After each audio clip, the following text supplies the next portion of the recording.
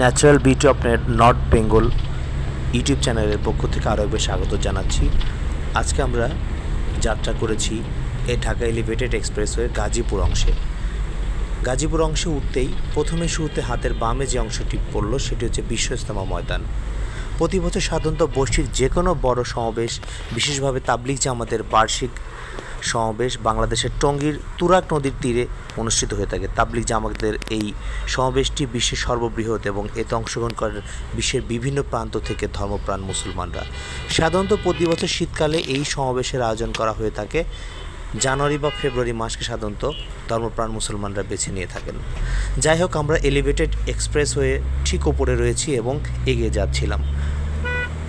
Dhaka Gazipur expressway মূলত দুটি প্রকল্পকে বোঝানো হয়েছে, অর্থাৎ একটি হচ্ছে ঢাকা এলিভেটেড এক্সপ্রেসওয়ে ডিইই, বিমানবন্দর চট্টগ্রাম মহাসড়ক পর্যন্ত বিস্তৃত, এবং ঢাকা আশুলিয়া এক্সপ্রেসওয়ে ডিএইই, যা গাজীপুরের আশুলিয়া হয়ে শিল্পাঞ্চল ও বন্দরকে সংযোগ করবে এবং যানজট কমাতে সহযোগিতা করে। ঢাকা এলিভেটেড এক্সপ্রেসওয়ে এটি বাংলাদেশের প্রথম এলিভেটেড এক্সপ্রেসওয়ে, যা শাহজালাল বিমানবন্দর থেকে শুরু করে কুড়িল, বনানী, মহাখালী, তেজগাঁও, মগবাজার, কমলাপুর, সয়দাবাদ হয়ে ঢাকা চট্টগ্রাম মহাসড়কের কুতুবখালী পর্যন্ত বিস্তৃত প্রায় 19.73 কিলোমিটার।